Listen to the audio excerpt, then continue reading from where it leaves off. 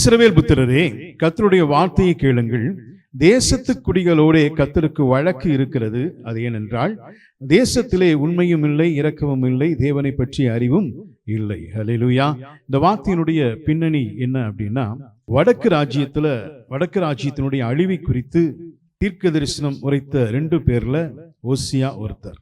ஓசியாவும் ஆமோஸும் வடக்கு ராஜ்யத்தினுடைய அழிவு. வடக்கு ராஜ்யம் அப்படின்னா இஸ்ரவேல் தேசம். சாலமோனுக்கு பிற்பாடு தேசம் 2ஆக பிரிக்கப்பட்டது. ஒன்று இஸ்ரவேல் தேசம், இன்னொன்று யூதா தேசம். இஸ்ரவேல் தேசத்தை வடக்கு ராஜ்யம் என்று சொல்வார்கள், யூதா தேசத்தை தெற்கு ராஜ்யம் என்று சொல்வார்கள். இப்போ வடக்கு ராஜ்யமான இஸ்ரவேல் தேசத்துக்கு விரோதமாக அந்த இஸ்ரவேல் தேசம் ஒரு தண்டனையை சந்திக்க போகிறது என்பதற்காக ஓசியா தீர்க்கதரிசியின் மூலமாக கர்த்தர் அநேக எச்சரிப்புள்ள வார்த்தைகளை கர்த்தர் கொடுத்தார். இது எந்த நாட்கள்ல இவர் பேசினார் அப்படின்னா, 2ஆம் யெரொபெயாம் என்ற ஒரு மன்னன் காலத்துல ஓசியா இந்த வார்த்தைகளை பேசினார். இந்த 2ஆம் யெரொபெயாம் ஆட்சி காலத்துல தான் அந்த ஓசியா வடக்கு ராஜ்யத்துக்கு தீர்க்க தரிசனத்தை உரைக்கிறார். இந்த வடக்கு ராஜ்யம் விரைவாய் அழிவை சந்திக்க போகிறது என்பதை குறித்து தீர்க்க தரிசனம் சொன்னார். அந்த 2ஆம் யெரொபெயாவின் நாட்கள்ல தேசம் எப்படி இருந்தது அப்படின்னா, நல்ல செல்வ செழிப்பாய் இருந்தது. பணம் அப்படிங்கிறது ஒரு பிரச்சனையே இல்லை. பணங்கிறது ஒரு பிரச்சனையே இல்லை. நல்ல செல்வ செழிப்பு, எல்லாரும் நல்ல வசதியா இருந்தாங்க. தேசத்துல சமாதானம் இருந்தது. பக்கத்து தேசத்தோடு கூட எந்த ஒரு சண்டையும் இல்லை, உள்நாட்டில் எந்த ஒரு பிரச்சனையும் இல்லை. அப்படி ஒரு சமாதானமாய் இருந்தது. ஒருவேளை நம்ம வீட்டுல இப்படி ஒரு சூழ்நிலை இருந்தா எப்படி இருக்கும்? சந்தோஷமா இருக்குல்ல? பணம் ஒரு பிரச்சனையே இல்லை. அப்படி தலையாணி தூக்கிட்டு பார்த்தா உள்ள 2 கட்டு, பீரவை திறந்தா அப்படி சரிஞ்சு விழுகுது. 2 கட்டு கீழே சரிஞ்சு விழுகுது. வைக்கிறதுக்கு இடம் இல்ல. யாராவது வந்து ஏதாவது காசு கொடுத்தா கூட வேண்டாம் பிரதர், நீங்க உங்க வீட்லயே வச்சுக்கோங்க அப்படின்னு சொல்லிட்டு ஒரு சூழ்நிலை இருந்தா நம்ம எப்படி இருப்போம்? எப்படி இருப்போமோ அப்படித்தான் இருந்தாங்க. அல்லது அவங்க எப்படி இருந்தாங்களோ அப்படித்தான் நம்மளும் இருப்போம். அவங்க சீர்கெட்டு போய் இருந்தார்கள், அவர்கள் சீர்கெட்டு போய் இருந்தார்கள், நம்மளும் சீர்கெட்டு போயிடுவோம். அதனாலதான் ஆண்டவர் ஆட்டுக்கு வாழை அளந்து வச்சிருக்கார். ஆட்டுக்கு ஏன் வால் சின்னதா இருக்குன்னு யோசிச்சோம் அப்படின்னா, அதுக்கு அளந்து வச்சிருக்காரு, அவ்வளவுதான் அதுக்கு. அதே மாதிரி தான் நமக்கு ஆண்டவர் இவ்வளவுதான் கொடுத்திருக்கிறார் அப்படின்னா, இதுக்கு மேல போனா நீ சீர்கெட்டு போயிருவே. ஹல்லேலூயா. ஏன்னா பணம் பெருக பெருக பாவமும் பெருகும், பணம் பெருக பெருக பாவமும் பெருகும். ஹல்லேலூயா.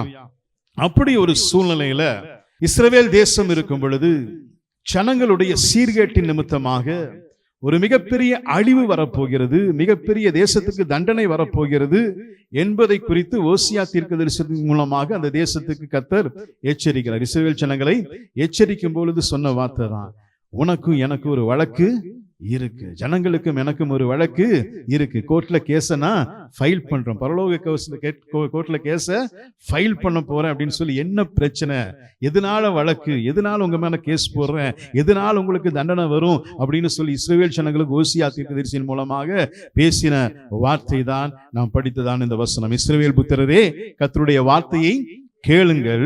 தேசத்து குடிகளோட கர்த்தருக்கு வழக்கு இருக்கிறது.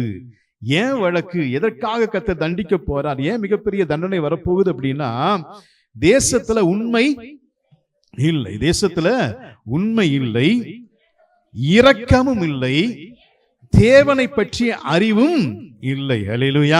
இந்த காரியங்கள் இல்லாததுனால ஜனங்கள் சீர்கெட்டு போய் தேவனை மறந்தவர்களாய் இருக்கிறார்கள். தேவனை மறந்தவர்களாய் இருக்கிறதுனால இந்த தேசம் விரைவாய் அழிய போகிறது என்று சொல்லி இஸ்ரவேல் ஜனங்களுக்கு தீர்க்க தரிசனத்தை ஓசியா மூலமாக கர்த்தர் உரைத்தார். ஹல்லேலூயா. இந்த ஓசியா அதிகாரத்தை பார்க்கும் பொழுது சில இடங்கள்ல யூதா அப்படின்னு வந்திருக்கும், சில இடங்கள்ல யூத ராஜாக்களுடைய பெயர்களும் அங்க இருக்கும்.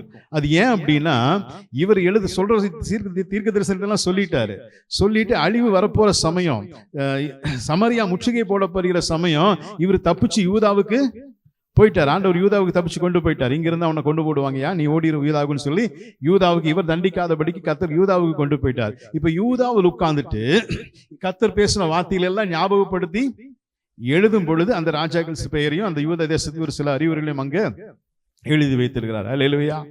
அப்படி கர்த்தர் சொன்ன வார்த்தையை தான் நம்ம படிச்சது. என்ன வழக்கு, என்ன பிரச்சனைன்னா, தேசத்துல உண்மை இல்லை, இரக்கம் இல்லை, தேவனை பற்றிய அறிவும் இல்லை, அதனால தேசம் சீர்கெட்டு போயிருக்கிறது. இது நிமித்தமாக தேசம் அழிய போகிறது, இது நிமித்தமாக தேசம் அழிய போகிறது, இதன் நிமித்தமாக ஜனங்களுக்கு தண்டனை வரப்போகிறது என்று சொல்லி கர்த்தர் உரைத்தார். ஹல்லேலூயா, ஹல்லேலூயா. ஒருவேளை இந்த காரியங்கள் நமக்குள்ள இருந்ததுன்னா, நமக்கு உண்மை இல்லாம இருந்தது, நம்முடைய வாழ்க்கையில நம்முடைய செயல்பாடுகள்ல உண்மை இல்லை அப்படின்னாலோ, அல்லது நாம் தேவன் விரும்புகிறதான இரக்கம், அல்லது தேவன் இடத்தில் இருந்த இரக்கம், தேவனிடத்துல இருந்த இரக்கத்தை தான் நம்ம கிட்ட அவர் எதிர்பார்க்கிறார். தேவன் நமக்கு எப்படி இரக்கமாக இருக்கிறாரோ அதைத்தான் நம்ம கிட்டையும் அவர் எதிர்பார்க்கிறார். அந்த இரக்கம் நம்ம கிட்ட இல்லை அப்படின்னாலோ, அல்லது தேவனை பற்றி அறிகிற அறிவு நமக்குள்ள இல்லை அப்படின்னாலும் நமக்கும் ஒரு வழக்கு அங்க இருக்கிறது. ஹல்லேலூயா, ஹல்லேலூயா. ஏன்னா கேஸ் இருக்கிறது தெரியாம நம்ம போயிடக்கூடாது இல்ல. நம்ம மேல கேஸ் இருக்கிறது தெரியாம போயிட்டோம் அப்படின்னா அங்க கேஸ் இருக்குதுன்னு தெரிஞ்சாலும் நமக்கு அதிர்ச்சி ஆயிரும். அப்ப கேஸ் அங்க இருக்குதா இல்லையா நம்ம இப்பவே நம்ம வண்டியை விற்கிறதுக்கு முன்னாடி ஏதாவது ஃபைன் இருக்குதான்னு பார்த்துக்கணும். வண்டியை விற்கும் போது அவன் செக் பண்ணி பார்த்துட்டு 10,000 ரூபாய் ஃபைன் இருக்குதுன்னா நம்ம விற்கிறதே 10,000 இருக்கும். இப்போ ஃபைனையும் 10,000 ரூபாய் கட்ட முடியாது. நம்ம தப்பி தவறி பரலோகத்துக்கு போலாங்கிற ஒரு ஆசையில் இருப்போம். அந்த ஆசையில் அங்க போய் நின்னோன்னே, தம்பி இருப்பா, உன் மேல ஒரு வழக்கு போட்டிருக்காரு ஆண்டவர், உன் மேல ஒரு வழக்கு இருக்கு, உன் மேல ஒரு கேஸ் இருக்கு, ஃபைல் பண்ணி இருக்கிறாரு, இந்த செக்ஷன் படி நீ நரகத்துக்கு போக வேண்டிய அப்படின்னு சொல்லி எட்டி உதச்சிட்டான்னா அவ்வளவுதான் இல்லையா? அப்பவே நம்ம ஆராய்ந்து பார்த்து எம்ம மேல வழக்கு இருக்கா இல்லையாங்கிறத நம்ம தெரிஞ்சுக்கணும். இப்போ இந்த காரியங்கள் நம் வாழ்க்கையில இருக்கிறதா என்பதை நாம் ஆராய்ந்து பார்க்கணும். ஹல்லேலூயா. ஒன்று உண்மை, இன்னொன்று இரக்கம், மூன்றாவது தேவனை பற்றி அறிகிற அறிவு. ஹல்லேலூயா. எந்த இடத்துல எல்லாம் உண்மையில்லாத சூழ்நிலைகள் ஏற்படும், அல்லது எந்த இடத்துல நாம் உண்மையாய் இருக்கணும் அப்படின்னு சொல்லி நம்ம பார்த்தோம்னா, முதலாவது நம்முடைய வாயின் வார்த்தைகள் உண்மையாய் இருக்கணும். வாயின் வார்த்தைகளை பொய்யோ, வார்த்தைகளை வஞ்சகமோ இருந்துட கூடாது. ஒருவேளை வாயின் வார்த்தைகள்ல வஞ்சகம் இருந்தது அப்படின்னா நிச்சயமாகவே நாம் போகிற இடம் பரலோகமா இருக்காது, நரகத்துக்கு தான் போவோம். கர்த்தர் நம்ம மேல ஒரு கேஸை ஃபைல் பண்ணி அங்க டிராப் பண்ணி வச்சிருப்பார். வாசிங்க சங்கீதம் 36 சங்கீதம் 3வது வசனத்தை வாசிங்க. அவன் வாயின் வார்த்தைகள் அக்கிரமமும் வஞ்சகமும் உள்ளது, புத்தியாய் நடந்து கொள்வதையும் நன்மை செய்வதையும் விட்டு விட்டான். ஹல்லேலூயா. வஞ்சகமான வார்த்தைகள் நம்முடைய வாயில் இருந்தது அப்படின்னா புத்தியாய் நடந்து கொள்வதையும் நம்ம விட்டுருவோம், அப்புறம் நன்மை செய்வதையும் விட்டு விடுவோம். வஞ்சகமான வார்த்தைகள் ஒன்று நம்முடைய வாயிலிருந்து புறப்படவே கூடாது. வஞ்சகமான வார்த்தைகள் அப்படின்னா புரியும்படி சொல்லணும் அப்படின்னா, தமிழ்ல நம்ம படிச்சிருப்போம் நல்ல வார்த்தை, உள்ளொன்று வைத்து புறமொன்று பேசுதல். உள்ளொன்று வைத்து புறமொன்று பேசுறது. உள்ளொன்னு வச்சுக்கிறது, மனசுல உள்ளொன்னு வச்சுக்குவோம், வெளியே ஒண்ணு பேசுவோம். வாங்க சிஸ்டர், வாங்க வாங்க, பிரைஸ் லார்ட், ஹல்லேலூயா, ஸ்தோத்திரம் ஸ்தோத்திரம், இப்பதான் வந்தீங்களா பாஸ்டர், வாங்க வாங்க, ஸ்தோத்திரம், உங்களை நினைச்சிட்டே தான் இருந்தேன், நீங்க வரவே இல்லையேன்னு நினைச்சிட்டு இருந்தேன், வருவீங்களோன்னு நினைச்சிட்டு இருந்தேன், கரெக்டா வந்துட்டீங்க. ஆனா மனசுக்குள்ள என்ன நினைப்போம்? நேரம் கட்ட நேரத்துல வந்து இம்சை பண்றோம் பாரு, இப்பதான் புறப்பட்டு இருந்தேன், அல்லது இப்பதான் படுக்கலான்னு நினைச்சேன், நல்ல சீரியலை ஆன் பண்ணலான்னு நினைச்சேன், நல்ல சீரியல் போடும்போது பைபிளையும் கையுமா வந்து நின்னா என்னத்தை தான் பண்றது, சரி வந்ததை வந்துட்டு ஜபத்தை பண்ணிட்டு போட்டோம். அல்லது சொந்தக்காரங்கள் உறவுகளை பார்க்கும் பொழுது உள்ளொன்னு வச்சுட்டு என்ன பாடலாம் படுத்தினா அப்படின்னு சொல்லி மனசுக்குள்ள திட்டிட்டு, வாங்க வாங்க ஸ்தோத்திரம், நல்லா இருக்கீங்களா, ஆண்டவர் உங்களை ஆசீர்வதிப்பார் அப்படின்னு சொன்னோம் அப்படின்னா உள்ளுக்குள்ள வஞ்சகம் நிறைந்து இருக்கிறது. அந்த வஞ்சகத்தை கர்த்தர் வெறுக்கிறார். ஹல்லேலூயா. சிலர் பேசும்போது வார்த்தைகள் வஞ்சகமான வார்த்தைகள் இனிமையா இருக்கும், கேட்கறதுக்கு நல்லா இருக்கும், ஆனா பின்னாடி ஒரு ஆப்ப ரெடியா. ஆமா, அந்த வார்த்தை தேன் போல இனிக்கும், தேன் போல இனிக்கும், ஆனா கடைசியில விஷமா. ஆமா, ஒரு கதை ஒண்ணு இருக்கு. ஒரு குளம் இருந்துச்சான், அந்த குளத்துக்குள்ள நிறைய மீன். அந்த குளத்துல ஒரு கொக்கு வயசாகி போய் சாப்பிட, மீனை பிடிச்சி சாப்பிட முடியாம அப்படியே யோசிச்சுட்டு ஒத்த காலையில் நின்று இருந்துச்சான். இந்த மீனுகளுக்கெல்லாம் ஆச்சரியம், என்னடா அது கொக்கு திருந்திச்சு, கொக்குக்கு வயசானது தெரியல, கொக்குக்கு பார்வை மங்கி போனது தெரியல, இந்த மீனுக்கெல்லாம் என்ன நினைச்சுதான், கொக்கு ரொம்ப திருந்திருச்சாட்டுக்குது, கொக்கு ஞானஸ்தானம் எடுத்துருச்சாட்டுக்குது அப்படின்னு நினைச்சிட்டு கொக்கு கிட்ட போய் ஒரு மீன் கேட்டுச்சான், என்ன கொக்காரே, எங்களெல்லாம் கொத்த மாட்டேங்கிறீங்க, சாப்பிட மாட்டேங்கிறீங்க, உங்க காலை சுத்தி நிறைய மீன் விளையாண்டுக்குது, உங்களுக்கு தெரியலையா அப்படின்னு கேட்கும்போது கொக்கு சொல்லிச்சான், இல்ல நான் ரொம்ப கவலையோடு இருக்கிறேன். என்ன கவலை கொக்கு அப்படின்னு கேட்கும்போது, இந்த கொஞ்ச நாள்ல பேசிட்டு இருந்தாங்க, இங்க வந்து இந்த ஏரியில் இருக்கிற எல்லா மீனையும் பிடிக்க போறாங்களா, எல்லாம் நீங்களாம் வளர்ந்துட்டீங்களாமா, ஏலம் விட்டுட்டாங்க, ஏலம் எடுத்தவன் வந்து எல்லாத்தையும் பிடிக்க போறான், அதான் கவலையா இருக்கு, நீங்க எல்லாம் செத்து போயிருவீங்கன்னு சொல்லி எனக்கு ரொம்ப கவலையா இருக்குது. எனக்கு பிரச்சனை இல்லை, நான் பிறந்து வேறொரு குளத்துக்கு போயிருவேன், பாவம் நீங்க எங்க போவீங்க, உங்களை பிரிச்சு எல்லாம் ஆமா எல்லாம் மீன் குழம்பு வச்சு சாப்பிட போறாங்க அப்படின்னு சொல்லி கொக்கு கண்ணீர் விட்டுச்சான். இந்த வஞ்சகத்தை தெரியாம இந்த மீனெல்லாம் என்ன பண்ணிச்சான், அந்த கொக்கு கிட்டே போய் வழி கேட்குது. நீங்களே ஒரு வழிய சொல்லுங்கன்னு நான் ஒவ்வொன்னா தூக்கிட்டு போய் உங்களை பக்கத்து குளத்துல விட்டுறேன் அப்படின்னு சொல்லி ஒவ்வொன்னா தூக்கிட்டு போச்சான். தூக்கிட்டு போய் என்ன பண்ணிருக்கோம், சாப்பிட்டு இருக்கோம்.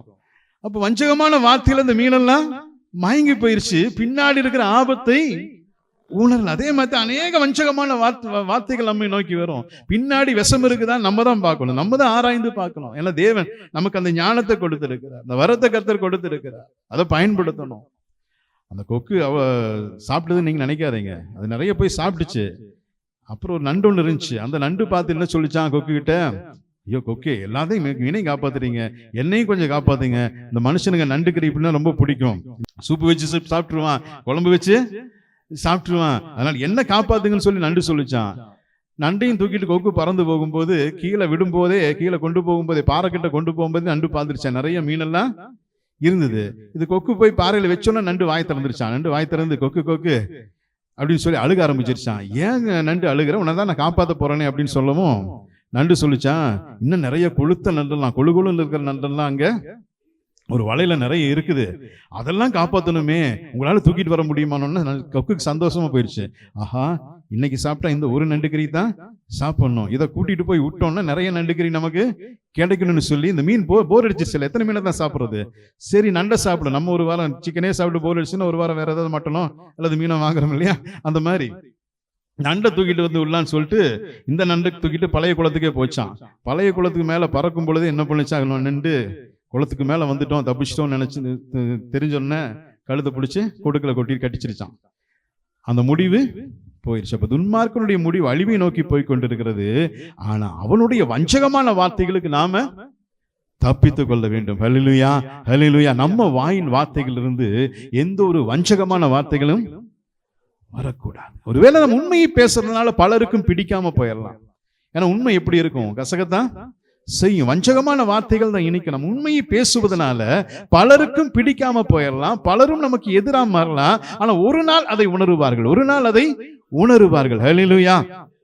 அந்த நாள்ல தேவன் நம்மை மகிமைப்படுத்துவார். நம்முடைய வார்த்தைகள்ல வஞ்சகம் இருந்ததுன்னா நம்ம மேல ஒரு வழக்கு அங்க இருக்கிறது. வஞ்சகம் இல்லாத வார்த்தைகளை பேசும் பொழுது கர்த்தர் நம்ம மேல பிரியமாய் இருப்பார். ஹல்லேலூயா.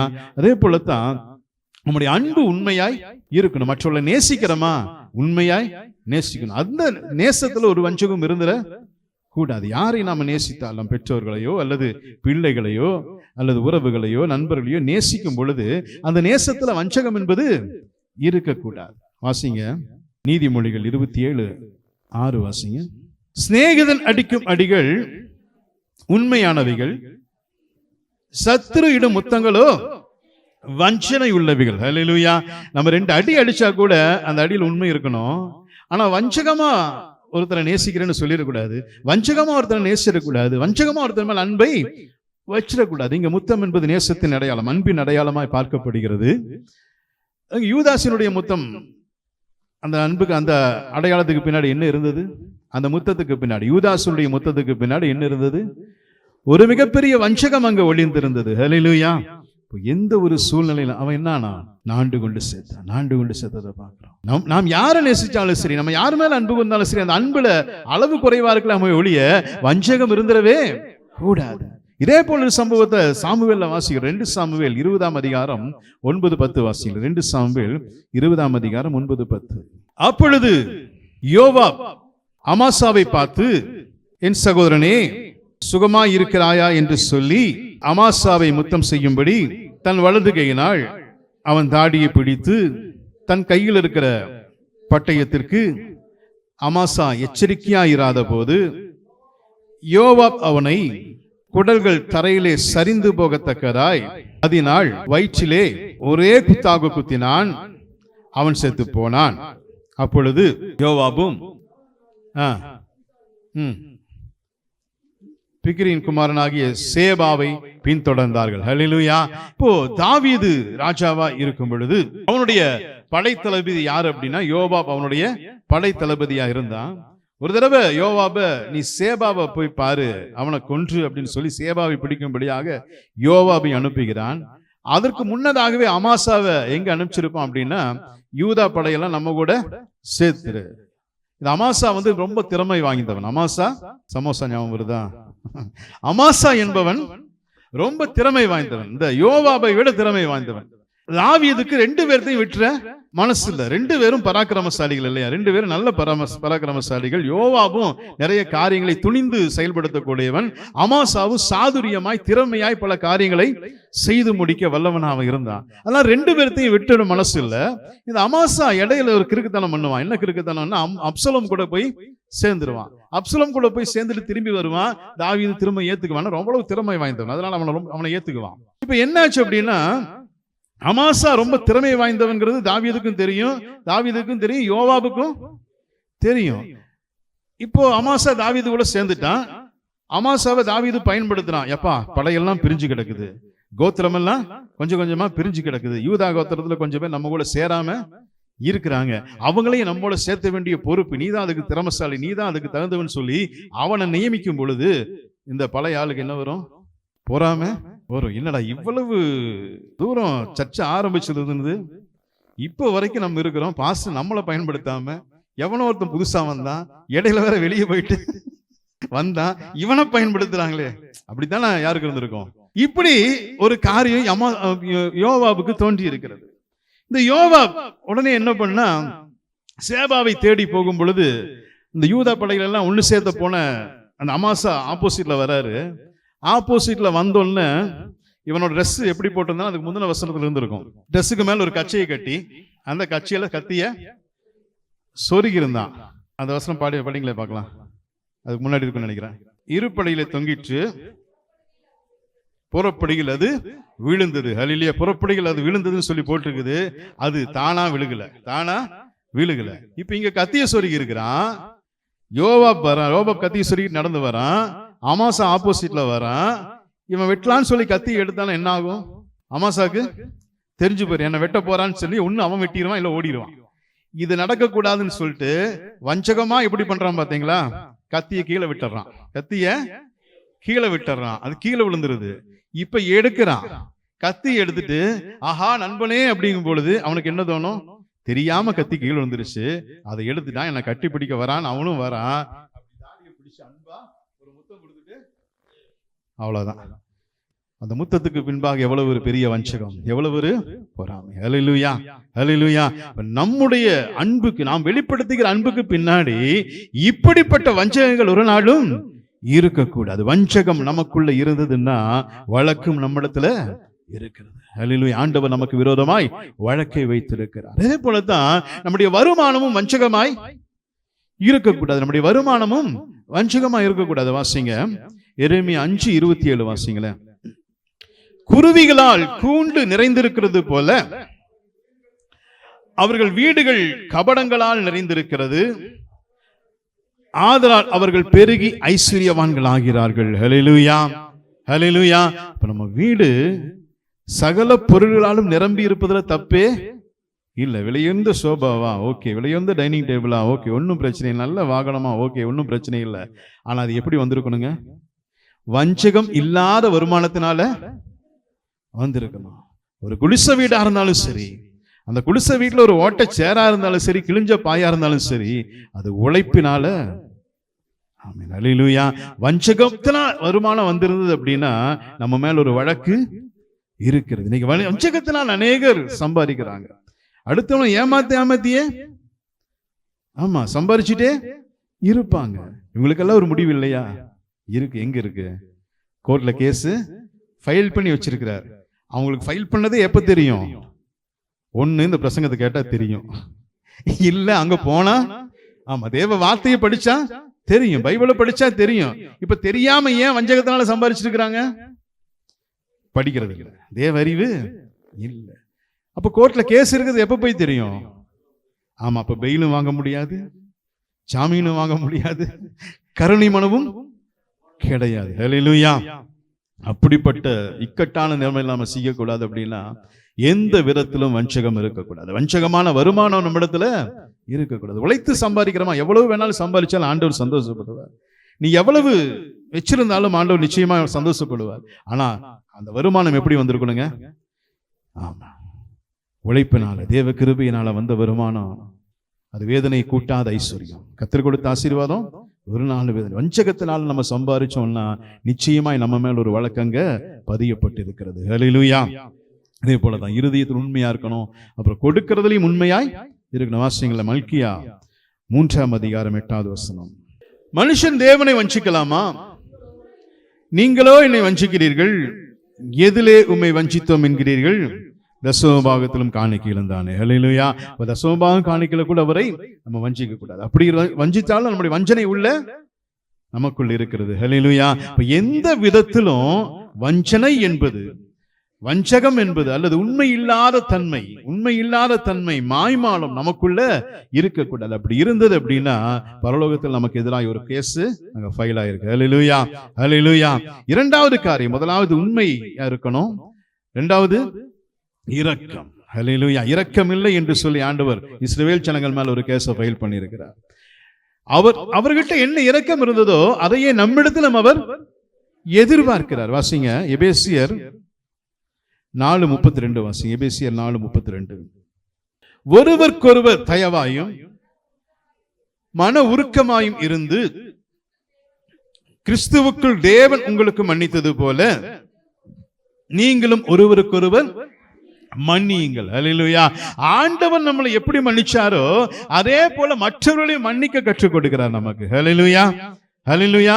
அவர் மாத்திரம் நமக்கு நம்ம மன்னிக்காம இருந்தாருன்னா இன்னைக்கு இங்க வந்து உட்கார்ந்து இருப்போமா?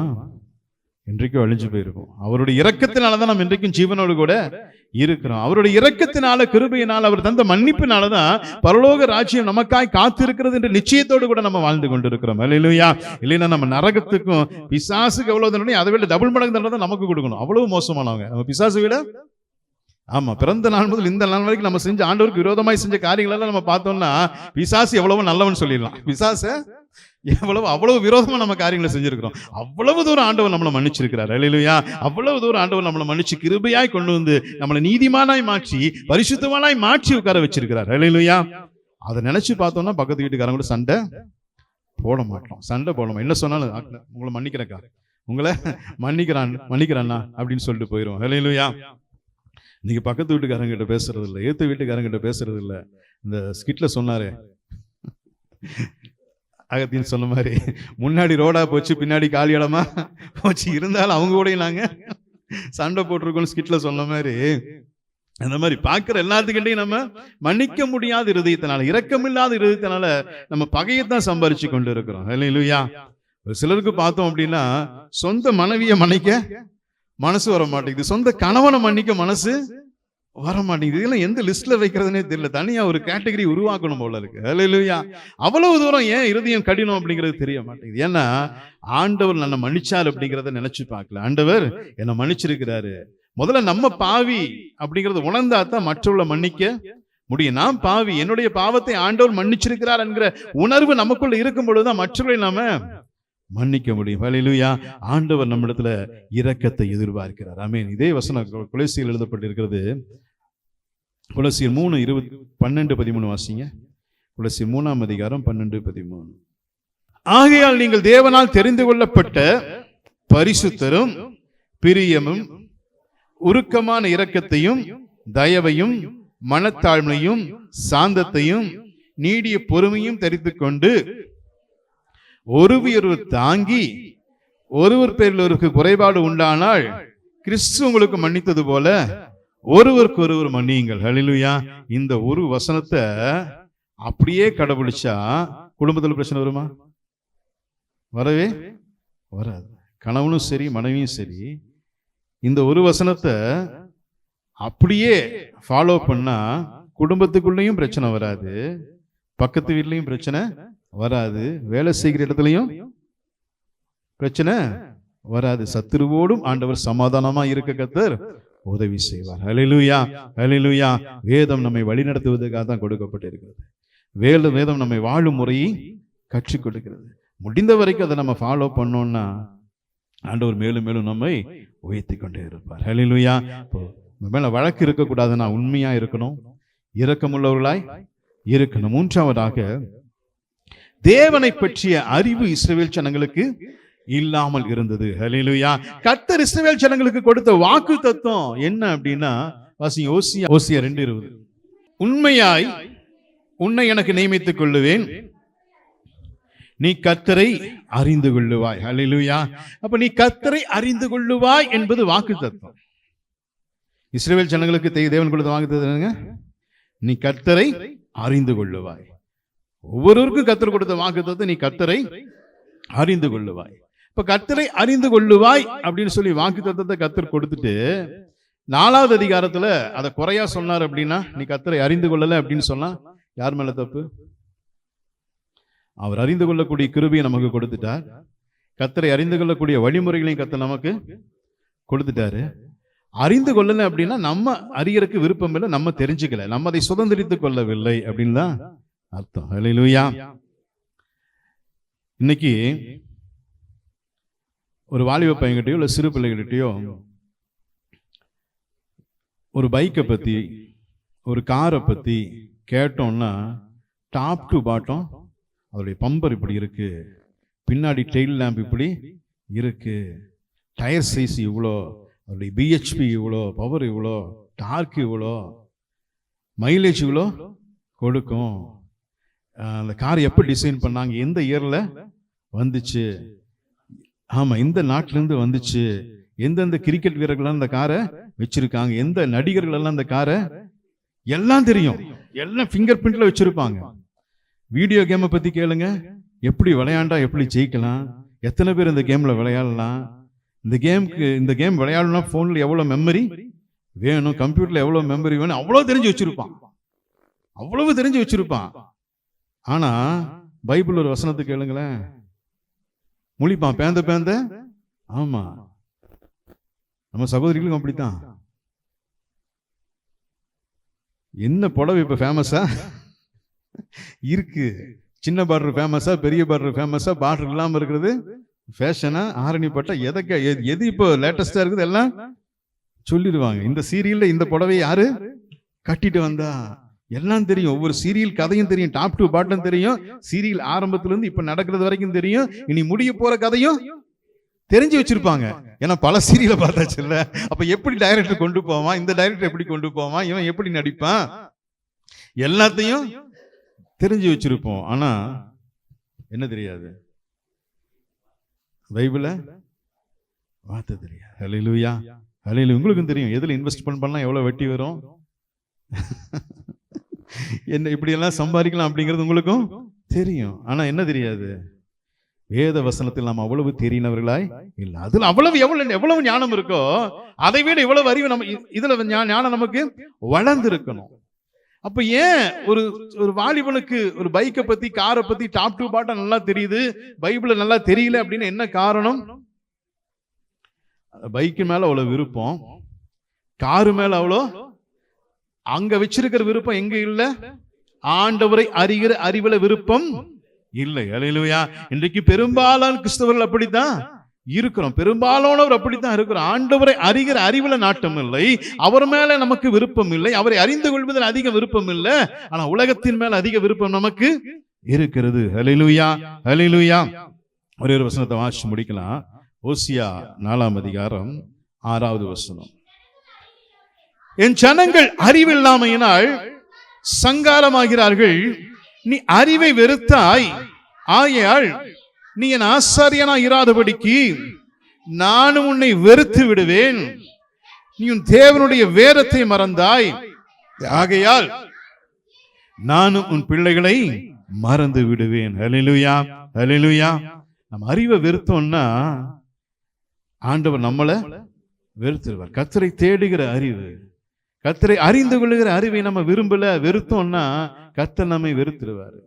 வேதத்தை நம்ம மறந்துட்டோம், வசனத்தை எல்லாம் மறந்துட்டோம், வசனத்தின்படி நம்ம வாழல அப்படின்னா நம் பிள்ளைகளை கர்த்தர் மறந்து, நம் சந்ததியை மறந்து விடுவார். ஹல்லேலூயா. ஹல்லேலூயா. ஃபர்ஸ்ட் அழகா சொல்லுது, என் ஜனங்கள் அறிவில்லாமையினால் வேதனை, நம்முடைய கண்ணீர், நம்முடைய துக்கம், தீராத பிரச்சனைகள், இதனால பிரச்சனைகள் ஒவ்வொரு மனிதனுடைய வாழ்க்கையிலும் இருக்கு. ஆனா தீரவே தீராத பிரச்சனை தொடர்ந்து கொண்டே இருக்குதுன்னா தேவனை தேடுகிற அறிவு நமக்கு இல்ல. அந்த அறிவு இருந்ததுன்னா நமக்கு பிரச்சனை இல்லைங்க. ஒரு வண்டியை எப்படி ஓட்டணும் அப்படின்னு தெரிஞ்சதுன்னா வண்டி அழகா ஓட்டிட்டு போயிடலாம். இன்னைக்கு வண்டியை வெளியே எடுத்தோம்னாவே நமக்கு பெரிய சவால், ஆக்சிடென்ட் ஆகாம, முட்டாம, உரசாம, காயமாக்காம கொண்டு வந்து வண்டியை திரும்ப வீட்டுக்கு கொண்டு வரணும். அதுக்கு என்ன பண்ணணும்? என்ன டிராபிக் ரூல்ஸோ அதைய ஃபாலோ பண்ணணும். அதை ஃபாலோ பண்ணா முட்டாம மோதாம கொண்டு வந்து நிறுத்திடலாம். வாழ்க்கையும் அப்படித்தான் ஆரம்பிச்சாச்சு. முட்டாம, உரசாம, காயம் இல்லாம, ஒரு பழுது இல்லாம, கரைதிரையற்ற மனவாட்டி சபையாய் அவருக்கு முன்னாடி நிக்கணும்னா இந்த ரூல்ஸை ஃபாலோ பண்ணணும். ஹல்லேலூயா.